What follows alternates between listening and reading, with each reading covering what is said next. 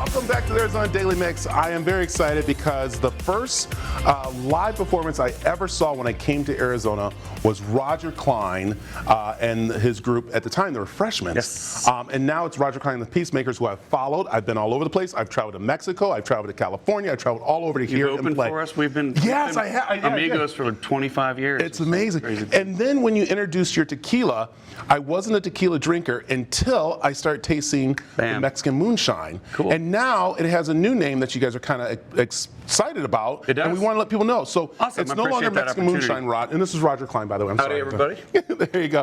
What is the new name? The name is now Cancio, which is the Spanish word for song. Cancion. It was named after a song, specifically Mexican moonshine, off the Peacemakers record Americano.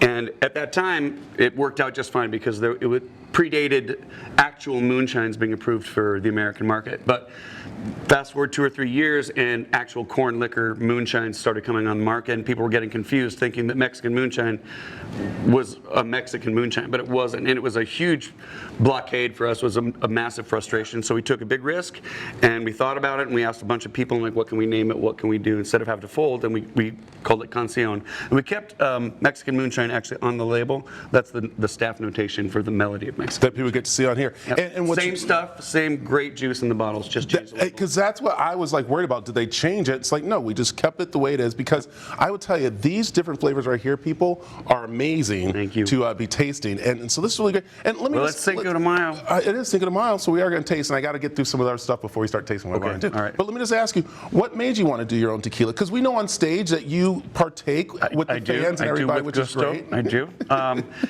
Well, the refreshments had some songs in which tequila was almost a character, and this is kind of a long story. Let me see how I can make it short. There was actually, it became the drink of the audience, and so we drank a lot of tequila, still do. There was a consultant working in the tequila industry who actually approached our band. It was actually the Peacemakers, saying, I've done my research, and per capita, no matter the size of the band, you guys sell more tequila at any bar than anybody else. Independent rock and roll musicians don't have a 401k, so we're like, oh, I wonder.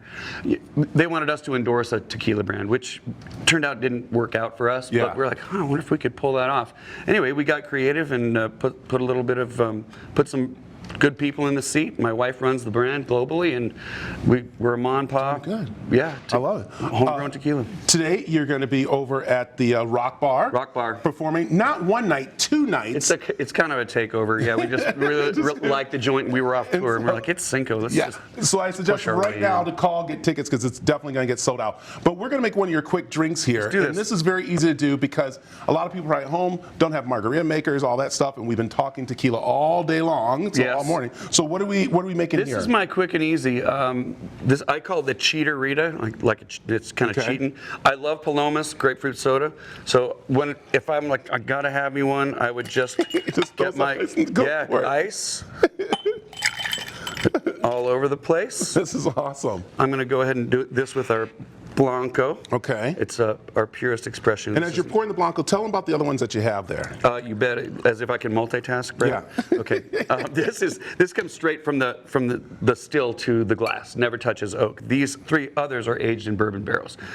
9, 12, 36 months respectively. Actually 9, 12 to 18 and 36 months. And see, that's why I like it, because I'm a bourbon guy, and I think that's what makes it the taste for me, which really kind of helps it. I'm a purist with tequila, and when we first found our distillery, Arturo Fuentes, who's our master distiller, was telling me, like, you must try American bourbon barrels for the aging. And I was like, oh, come on, man. I want to keep it puro mexicano. And he was like, believe me, this is the way.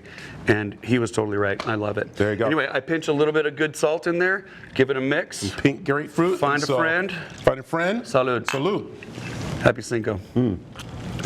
Oh, yes. That's so good. That's simple, done that quick. You're going to play for us, but before you play, I got to take a little taste of just one. Which one would you suggest? I'm going to recommend the one that you can see there are different levels here. I actually accidentally cracked that open yesterday evening, not knowing that it was already staged for this. And my wife went, what are you doing? Well, you need to work 5 o'clock somewhere. Exactly. Anyways, this is our Añejo. It's aged in the same bourbon barrels. I recommend you sip it, but I also don't tell anybody how to enjoy their So I like it. So this is Cancion Añejo, which means aged. There you go. I think if I'm looking at the right one. Is that the one? Yes. And so this is a great sipper. Yes, this one. It'll smolder, not burn. So. and you can taste the bourbon. And yeah. Yeah, that is nice. The Valley agaves, they're more mature. They're double distilled, triple filtered. We remove fusel oils, aldehydes, methanols, ketones to make it a much kinder drink. And then we dispose of those responsibly. And our distillery actually runs 80% of their power off of the sun. So That is so awesome. The Valley-owned Roger Clyne sharing his tequila with us, which is really nice. You got to go check it out. Also, too, I want you to just brag. I know you're going to play for us really quick, but let's brag right now. And I get to say this, but you are pretty much one of the #1 independent artists across the U.S. and even over in some Europe countries too. We've been very that fortunate. have been just amazing, and you guys continue on to bring people in.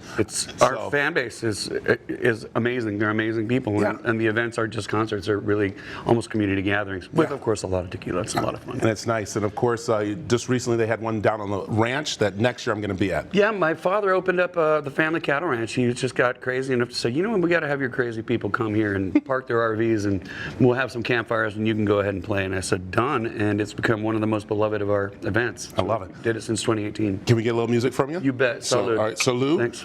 You can catch Roger again at the Rock Bar tonight and tomorrow. 2 shows. Of course, you got to get the information right there. But you go follow him. Go to the website, buy some merch, everything. And again, don't we have is the big one down in Mexico coming up again? Or Yeah, is it? Circus Mexico is coming up second weekend in June. It'll be our 23rd year of doing this thing. And you should come, bring your guitar again. I know you've played there before with I just us. got to invite. Port Peñasco, Mexico. All right, play a little bit for us. You bet. We'll go back to a refreshment song, probably the first one that I got introduced to y'all with. So, go to Banditos. So just how far down do you want to go? We can talk it out over a cup of joe. And you can look deep into my eyes like I was a supermodel.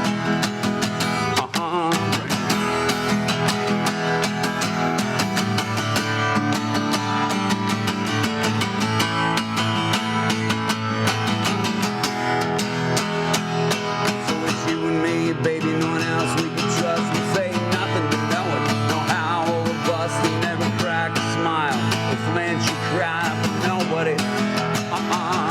Yeah, I give you ID card to the border guard. Now you alias at your captain, Jean-Luc Picard of the United Federation of Planets. Cause he was speaking English anyway. And everybody